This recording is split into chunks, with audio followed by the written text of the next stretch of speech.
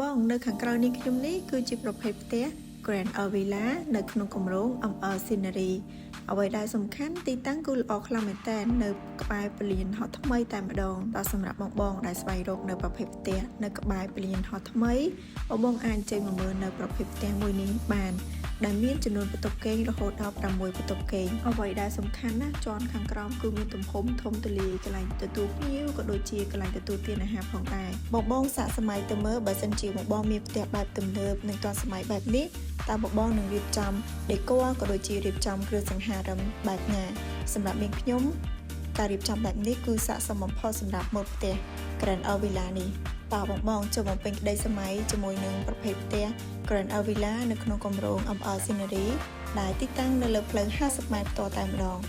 សម្រាប់ព័ត៌មានលម្អិតបងអាចឆាតចូល Page ឬក៏ Join Link Telegram ដើម្បីណាត់អញ្ជើញមកមើលទីតាំងផ្ទាល់ទាំងអស់គ្នាជួបគ្នាជាមួយនឹងខ្ញុំនៅការិយាល័យយោសូមអរគុណ